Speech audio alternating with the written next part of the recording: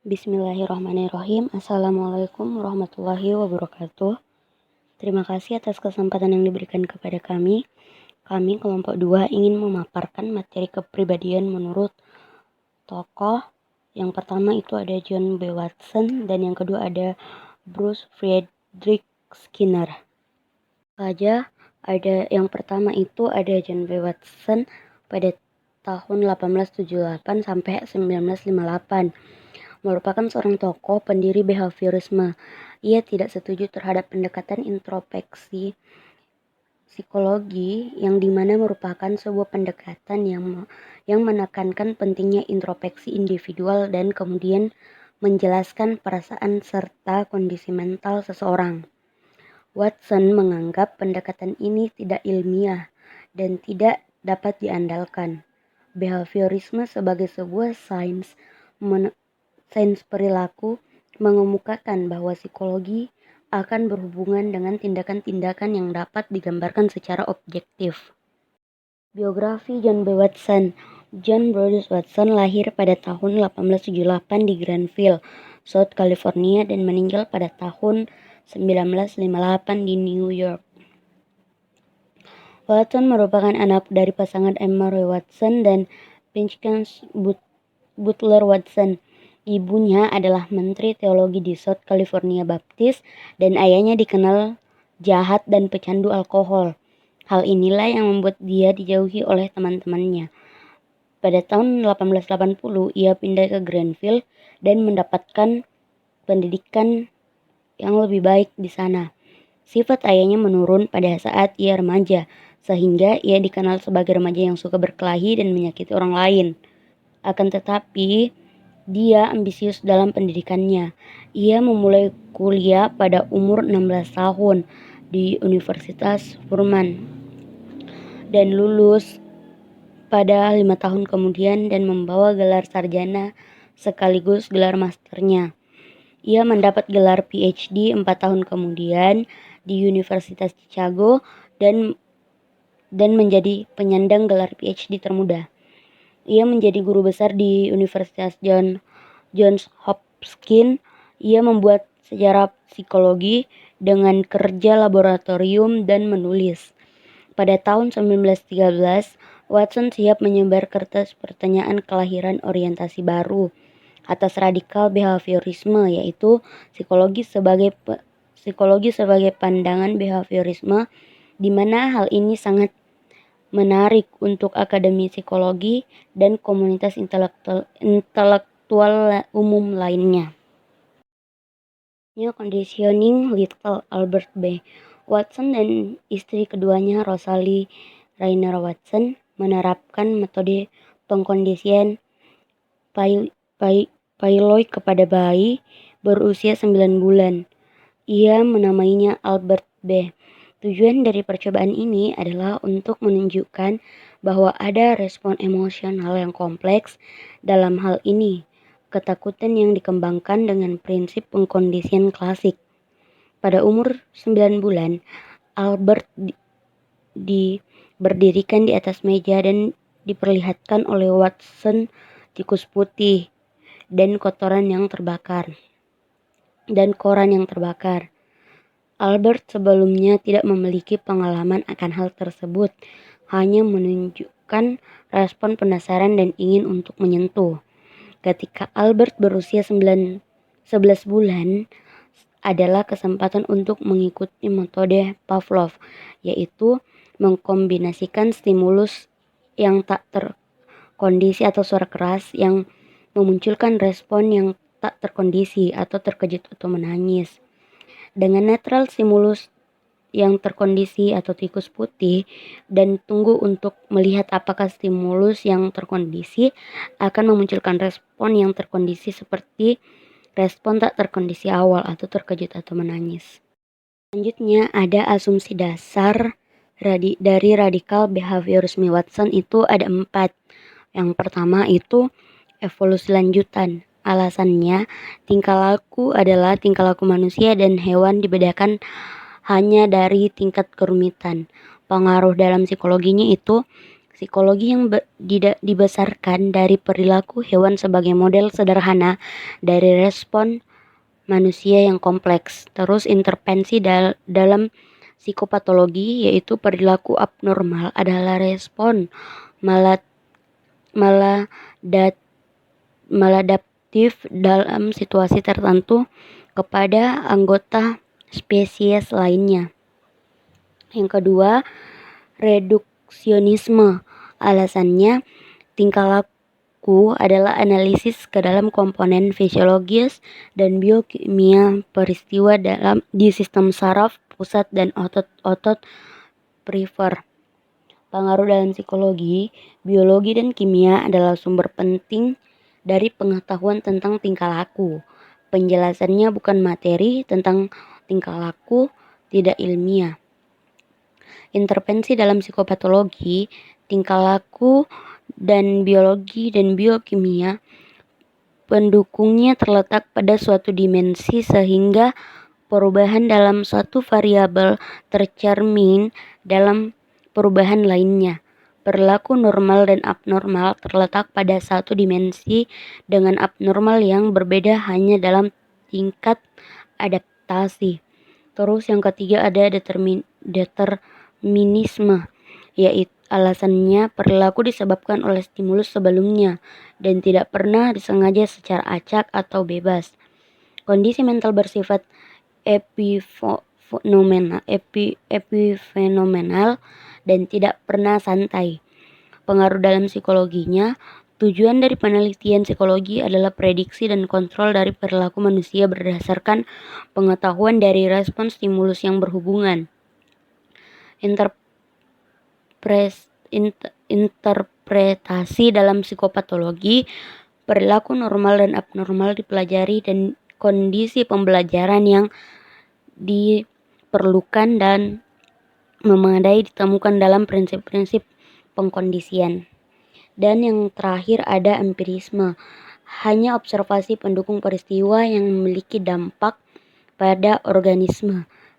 Hanya observasi yang bisa diverifikasi secara ilmiah. Pengaruh dalam psikologinya itu, metode eksperimen menjadi kunci dari psikologi, data introspeksi dan subjektivitas dan metode yang dicurigai. Terus intervensi dalam psikopatologi, gejala bukan tanda-tanda konflik bawah sadar yang tersembunyi atau keadaan penyakit. Gejala adalah kelainan dan diubah oleh kondisi yang baru. Perkenalkan, nama saya Marianti Mendrate. Di sini saya akan menjelaskan tentang pandangan Watson tentang kepribadian.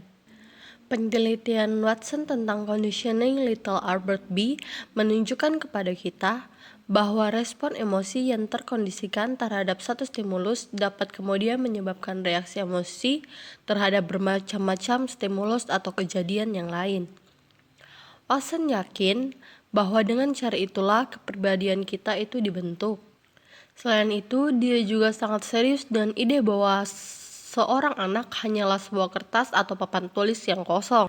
Sampai-sampai dia menyebut bahwa berikan kepada saya solusi anak yang sehat dan saya berkesempatan untuk membesarkan mereka sendiri. Saya jamin saya akan melatih siapapun dari mereka untuk menjadi dokter, pengacara, pengemis sampai pencuri tanpa melihat bakat, warna kulit, kecenderungan atau hal apapun yang mereka miliki. Dengan kata lain, Watson menyatakan hal-hal yang lebih dari sekadar teori spesifik tentang kepribadian. Ia mendukung pemahaman yang luas, melihat lingkungan atau nature sebagai kunci memahami seseorang. Kita masuk pada materi yang kedua, yaitu tentang tokoh Bernard Friedrich Skinner. Pandangan Watson tentang seorang anak yang dibesarkan dengan baik dan tepat, ia akan berperilaku dengan baik dan tepat pula, karena kepribadian merupakan hasil dari lingkungannya. Hal ini yang menjadi asumsi dari dasar karya-karya B.F. Skinner. Jadi pandangan Watson sebelumnya yang tentang kepribadian, itu juga yang menjadi dasar asumsi untuk Skinner melahirkan karya-karyanya yang baru. Kita masuk di biografi Skinner dan pandangannya akan kepribadian. Skinner lahir di Sohagena, Pennsylvania. Ayahnya adalah seorang pengacara dan ibunya mengajarkan moral dengan keras. Menurut Skinner, keluarga mereka adalah keluarga yang saling menyayangi dan stabil. Orang tua, kakek nenek, Skinner mengajarkannya untuk memahami dan menghargai moral, nilai-nilai dan etika kerja Puritan. Pandangan Skinner tentang kepribadian, Skinner mengatakan bahwa ia dapat melihat perilaku dewasa berasal dari reinforcement pada masa kecil dan bukan merupakan perkembangan kepribadian. Kepribadian jelas merupakan hasil dari serangkaian reinforcement yang pernah ia alami selama ia kecil, baik yang merupakan imbalan maupun hukuman yang ia terima selama hidupnya. Dan kepribadian seperti yang dikatakan sebelumnya itu ditentukan dan dikontrol oleh kejadian-kejadian di lingkungannya. Kita masuk ke materi yang selanjutnya, yaitu Radical Behaviorism Skinner. Behaviorism mengalami perubahan yang cukup besar pada akhir 1930-an. Skinner memperluas behaviorism Watson hingga ke tingkat kondisional Pavlov, yaitu ke dalam area perilaku yang disengaja dan secara kompleks. Jadi Skinner ini dia menghubungkan behaviorism Watson sampai ke conditioning Pavlov atau teori Pavlov. Teori dan metode yang akan dikembangkan olehnya memberikan dasar pemikiran ilmiah untuk teori perilaku yang mendominasi psikologi sampai tahun 1960-an. Menurutnya, perilaku anak-anak bukan merupakan suatu perilaku refleks, tetapi ada beberapa respon atau tanggapan yang dilakukan oleh anak di mana mereka itu membuatnya sendiri, dan masing-masing anak memiliki konsekuensi atau perilaku balik yang berbeda-beda. Jadi menurut Skinner ini, setiap anak itu mempunyai perilaku atau respon yang berbeda-beda terhadap suatu rangsangan yang sama. Jadi tidak semua anak sama begitu dalam merespon suatu stimulus seperti itu. Demikian materi yang saya jelaskan. Untuk materi selanjutnya akan dilanjutkan oleh teman saya, Nur Rahmasari. Saya Nur Rahmasari akan melanjutkan materi yang ada pada tokoh Skinner. Selanjutnya di sini ada Empirical Law of Effect Skinner. Empirical Law of Effect Skinner memiliki artian terbatas pada pernyataan yang sederhana tentang hubungan antar perilaku yang dapat diamati dan konsekuensinya. Di sini ada beberapa kunci atau konsep reinforcement dan juga operant conditioning. Yang pertama ada penguatan positif atau reward. Contohnya kita memberikan pujian kepada seseorang. Atau yang kedua ada penguatan negatif, yaitu berupa bantuan. Contohnya seorang yang dikritik gemuk dihentikan dan dicegah dengan diet. Yang ketiga ada punishment positif. Punishment itu berupa hukuman. Misalkan kita atau luka. Nah, punishment positif itu bisa dengan contohnya kita memukul tangan anak yang sedang bermain pasir. Itu kita lakukan karena untuk menekankan anak itu tidak bermain pasir lagi. Nah, di sini ada juga punishment negatif. Punishment negatif itu kita menghilangkan reward. Misal anak itu gadgetnya disita karena tidak naik kelas. Yang kelima ada extinction atau kepunahan, yaitu menghilangkan penguat sementara sehingga membuat respon diperkuat sebelumnya sampai pada respon akhirnya turun ke tingkat awal. Contohnya, memuji anak saat mereka menunjukkan perilaku rajin, bahkan ketika anak meminta reward atau pujian dari orang tuanya. Nah, yang keenam itu ada operan. Operan itu setiap perilaku voluntar yang terjadi di lingkungan untuk membuat perubahan dalam menjamin reinforce. Contohnya itu berjalan, berbicara, dan perilaku manipulatif lainnya. Yang ketujuh ada shaping. Shaping atau pembentukan merupakan prosedur dalam operant conditioning untuk membentuk suatu perilaku dengan melakukan penguatan dengan reward dan punishment. Nah, yang terakhir itu ada penguatan parsial atau jadwal memberikan reinforce yang berdasarkan pada jadwal tertentu. Nah, di sini ada solusi Skinner untuk teka-teki Freud. Di sini ada konflik unconsciousness atau konflik yang berkaitan dengan ketidaksadaran. Menurut Freud, dia membahas tentang penjelasan tentang id, ego, dan superego. Dan tokoh Skinner menulis penjelasan tentang perilaku dalam prinsip pengkondisian yang dapat diamati. Nah, di sini ada perbedaan antara Freud dan Skinner.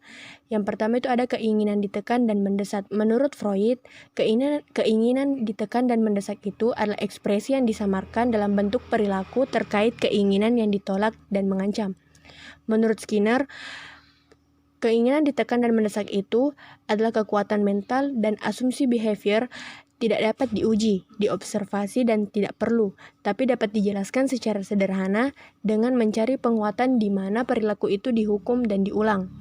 Dan selanjutnya di sini ada kegelisahan sebagai tanda yang akan terjadi. Menurut Freud, kegelisahan sebagai tanda yang akan terjadi adalah kecemasan sinyal permusuhan yang dihasilkan oleh ego ketika melihat ancaman eksternal maupun internal. Nah, bagi Skinner kecemasan adalah emosi dan emosi hanyalah sesuatu dalam perilaku tak sadar. Selanjutnya ada unsur baru dalam perilaku Skinner.